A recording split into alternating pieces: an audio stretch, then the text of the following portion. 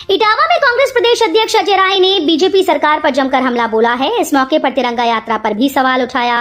तिरंगा यात्रा में डीजे बजाने पर भी आपत्ति दर्ज की। उन्होंने जम्मू कश्मीर में शहीद हुए सूरज सिंह यादव को श्रद्धांजलि दी, शांति पाठ में भाग लिया। इसके साथ ही एनएसयूआई के पूर्व जिलाध्यक्ष अंबुज त्रिपाठी के बड़े भाई अनुज त्रिपाठी के निधन पर शोक संवेदना व्यक्त करने पहुंचे।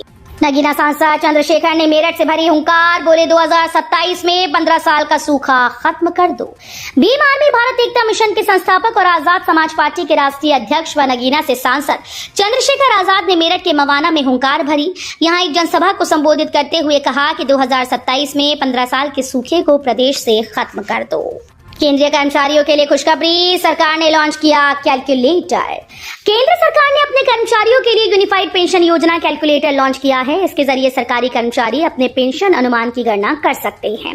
वित्त मंत्रालय के अंतर्गत आने वाले वित्तीय सेवा विभाग ने सोशल मीडिया प्लेटफॉर्म एक्स पर लिखा, एनपीएस ट्रस्ट ने यूनिफाइड पेंशन योजना कैलकुलेटर पेश किया है। ये कैलकुलेटर एनपीएस और यूपीएस दोनों अंशधारकों को पेंशन अनुमान प्रदान करता है।